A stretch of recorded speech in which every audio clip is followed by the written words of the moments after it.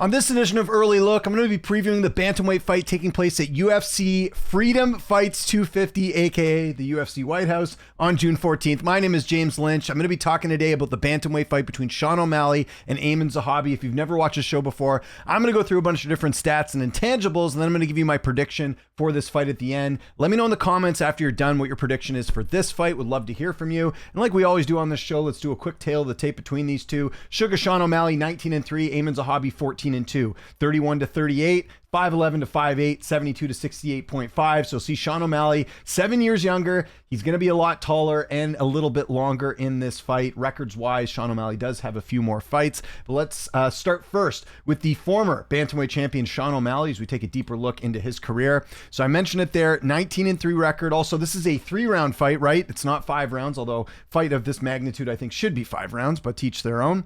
And Sean O'Malley is 31 years old. He's 5'11 with a 72-inch reach, so he's 6 years younger, has a 3-inch height and 3.5-inch reach advantage. He's got 11 knockouts, 2 submissions, and 6 decisions in his career. He is 17-3 with 1 no contest. He's currently ranked number 2 in the bantamweight division. Don't know how that works, but he is number 2. He's a BJJ brown belt. He is the former bantamweight champion, like I mentioned there. He's had the most significant strikes landed in a UFC bantamweight title fight with 230 against Marlon Chito Vera in his title fight. He's got fight of the night 3 times, and he's got performance of the night 6 times. O'Malley had his amateur debut way back in March of 2013, made that pro debut in March 2015, and then made it to the UFC in December of 2017 after winning on Dana White's Contender Series. He is 11-3 with 1 no contest in the UFC. He's got 6 stoppage victories. Some notable wins include Petr Yan, Aljamain Sterling, Chito Vera, and most recently Song Yadong. Some notable losses include 2 losses to Merab Dvalishvili and also a loss to Marlon Chito Vera, which was kind of an injury, but also, you know, Vera caused the injury. Let's put it that way. So yeah, that's always an interesting fight. He's had a bunch of layoffs in his career that I think are worth mentioning. The biggest one, of course, was the one from Andre Sukumta a couple of years back to Jose Quinones. There was a 735-day layoff. Remember, there was that whole USADA issue and all that. So he's had a few layoffs in his career as well. Another significant one was the Petr Yan to Aljamain Sterling one. There was a 301-day layoff in that fight. Going from Merab to Merab, there was a 266-day layoff, and then going from Merab to Song, there was a 231-day layoff. This is a nice turnaround here. Just fought in January, now going to be fighting in June. The fight that everyone references as far as close fights for O'Malley is the Petr Yan one. And I know O'Malley fans don't like talking about this, but it's the truth. If you look at MMA decisions right now and you go look at the fight between Petr Yan and Sean O'Malley, which was a split decision win for O'Malley, the majority of media members did score this fight for Petr Yan. There was 1 media member who scored it for O'Malley. Everyone else scored it for Yan, including a number of media members scoring it 30-27. So that was one of those fights. I mean, maybe we'll get that rematch. I mean, if O'Malley wins this fight, we probably are getting the rematch. But that's a fight I think people want to see again because, let's be honest, that was a fight that was kind of scored incorrectly, I think, for a lot of people in that matchup. Let's look at O'Malley's stats right now. Significant strikes landed per minute is 6.05. His striking accuracy is at 60%. His striking defense is at 60%. His takedowns landed per 15 minutes is 0.24. His takedown accuracy is only at 42%. His takedown defense is at 60%. His sub-average is 0.2. So you can see they're pretty impressive striking stats. So that's everything you need to know about Sugar Sean O'Malley. Now let's take a look at his Canadian counterpart, Aiemann Zahabi. 14-2 record. He's got 5 knockouts, 3 submissions, and 6 decisions. He's currently ranked number 6 in the bantamweight division. He is 38 years old. He is 5'8" with a 61-inch reach. Doesn't have any advantages in this fight. He's a BJJ black belt. He trains at a TriStar gym. Of course, his brother, the famed Firas Zahabi, and he's got performance of the night only 1 time against Draco Rodriguez. So yeah, not getting a lot of performance bonuses throughout his career. Zahabi made his amateur debut way back in December of 2010, made his pro debut in November of 2012, and then made his UFC debut way back in February of 2017. He's 8-2 in the UFC. He's had 2 stoppage victories. Some notable wins for Aiemann Zahabi include his last 3 fights, basically. Pedro Munoz, Jose Aldo, and Marlon Chito Vera. Javid Basharat was undefeated at the time, but obviously he's not in the UFC anymore, so I don't know if that really counts as a notable win. And he doesn't have any notable losses, but he did have 2 losses to early in his UFC career. Early in his UFC career, getting finished by Ricardo Ramos, and then also Vince Morales as well, lost the decision there. He's had a couple layoffs. There was a big layoff here between Vince Morales and, going from Ramos to Vince Morales, there was a 546-day layoff, so that was pretty big. But then he topped that after that, going with from Vince Morales to Draco Rodriguez, there was a 658-day layoff. And then going from Ricky Tercios to Aoriqileng, there was a 336-day layoff. Since then, though, been very active. 2 fights in 2024, 2 fights in 2025. He'll be fighting for the first time this year against O'Malley. He's had a couple close fights. The ones that people always bring up are the Jose Aldo fight. If you go look at the scorecards for that on MMAdecisions.com, again, you will see that people felt that fight should have gone the other way. So you can see there, Zahabi defeats Aldo. And you go look on the scores on this one. You'll see majority felt that Aldo should have won that one. Just 2 media members scoring it for Zahabi, 2 scoring it at draw as well. And then there was a Chito Vera fight, which people also felt was quite close. That was at UFC Vancouver. That was his last fight.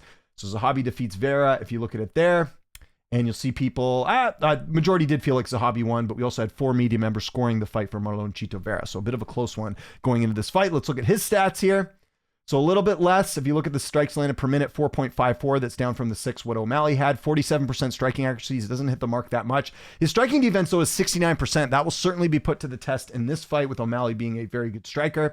Takedown average is 0.12. Takedown accuracy is 14%, but his takedown defense is 83%. We'll see if O'Malley brings it to the ground. Does have some submission wins as well. So yeah, that is everything you need to know about Aiemann Zahabi. Now let's go take a look at the odds right now. I don't know if we have any. I did find one book that had it. But let's go have a look here. See at the time we're recording this if Best Fight Odds has it up. I don't think they do. Let's look for Zahabi. Yeah, here we go. So we do have a couple books here. So they have O'Malley at about a -400 favorite. Aiemann Zahabi coming in around 300. Some books having him over +300. If we go look on Tapology, similar story here. You will see that the fan voting has Sean O'Malley coming in at 93%, just 7% picking Aiemann Zahabi. Most of them feeling that he will win a decision at 58.6. 41% thinking by KO TKO. We've also got 81% picking Zahabi by decision, a better picking Zahabi. And then we also have 14.3 by KO TKO. That's actually crazy. It's that high for KO TKO. And over on Fight Signal, which is our AI app that I use for my breakdowns, let's see who they like in this one real quick. So we go come up, we go to more upcoming. And again, I don't think they have that much data for this one. So if we look here to, let's see, upcoming, Freedom 250, and then we go down to the fights. And where are we here? Do they have O'Malley? Yeah, we're here. O'Malley Zahabi.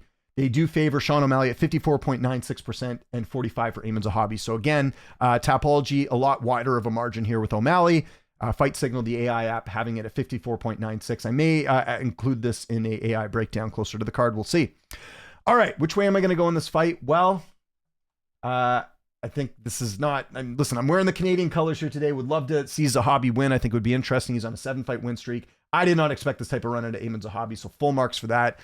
But Sean O'Malley's going to win this fight, I'm pretty sure. So how am I picking this fight? I'm going to go Sean O'Malley by knockout. Now, I know O'Malley actually hasn't knocked out a lot of opponents recently, but I'll tell you why I do like him in this spot. So a couple things I like about O'Malley here as far as him getting the knockout and him winning this fight. First and foremost, the striking output's very high here. 6.05. That's a pretty high out one. He's got some KO power. We've seen him knock out, Aljamain Sterling. We've sien him knock out. I know it hasn't happened recently, but we have seen him knock out guys like, we've seen him knock out Moitino, Paiva, knocked out Aljamain Sterling as well. We have seen him knock out guys. And, again, Zahabi has been pretty durable, but he's also getting up there in age. He's 38. So that's something as well. I would argue that Zahabi has not really fought a power puncher in his career. If you look at some of the names that he's fought here, the closest one was probably Aldo, and Aldo almost actually finished him in their fight. If you remember that in that third round, Zahabi was on, he was on wobbly legs in that fight and just somehow managed to survive. I think a younger Aldo might have actually finished the job there. But if you look at it here, Chito Vera, yeah, he's got some power, but nothing too crazy. Javid Bashrat, same thing. A lot of non-power punchers here. Pedro Munoz, not really known for his stand-up. So this, to me, is not a good style matchup here for Aiemann Zahabi in this one. O'Malley is 7 years younger, and I would argue he's a lot faster. Zahabi, like I said, has had a couple close fights in his last one. The Aldo one, he kind of squeaked out of that one. Same with Marlon Chito Vera. And if you want to use a little MMA math here, Sean O'Malley dominated Chito Vera in their fight not that long ago, whereas Chito Vera just, he just got by Chito Vera in Vancouver as well.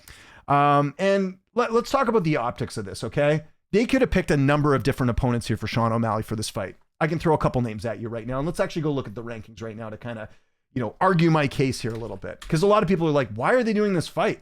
Like, again, Zahabi's got the 7-fight win streak. There is a case for it here. But if you look down the list here, Merab just lost his title. Obviously, he's not fighting O'Malley. They've fought twice already. What about Umar? O'Malley's right here. He's actually tied with Umar right now. Why wouldn't they do the Umar fight? I have a reason for that. I'll tell you in a second. Why wouldn't they do Corey Sandhagen? He just beat Song Yadong. Like, it doesn't make sense. He already fought down. I believe he was fighting down when he fought Song Yadong. So why is he now fighting down even further? My theory on this is, and I don't think anything's being fixed or anything like that. I'm not suggesting that at all, but there are favorable matchups for certain fighters. And I think the UFC did this by design. It's a White House card. There aren't a ton of Americans on this card, right? If we look at the Americans here, Gaethje, O'Malley, Chandler, Nickel, you know, they just added Derek Lewis and Josh Hokett. Steve Garcia's on this card too as an American. How many of these Americans are going to win? I don't think Gaethje's going to, spoiler alert, I don't think Gaethje's going to beat Topuria. I don't think Chandler's going to beat Rufy. Bo Nickel, that fight's interesting. I might actually break that fight down because I don't think that's a clear-cut win for Bo Nickel either. He might win. Steve Garcia might win, but Diego Lopez is going to be a tough fight. My point is that, and obviously you'll get an American win here. That doesn't matter. But my point is they want an American to win on a White House card, you would imagine. And I think it was by design they picked Aiemann Zahabi, and the way they're going to sell it is a 7-fight win streak. But I think a lot of people wanted O'Malley and Umar, or O'Malley and Sandhagen. O'Malley and Sandhagen actually was the fight to make. And I frankly think those are tougher fights for O'Malley than Aiemann Zahabi. I think this was done by design. I think the UFC wants to get a highlight reel finish on this card. And I think Aimann's the guy to do it. Would Sean O'Malley knock out Corey Sandhagen? Maybe, but probably less of a chance of Sandhagen getting knocked out than Aiemann Zahabi. Is Umar going to get knocked out on that fight?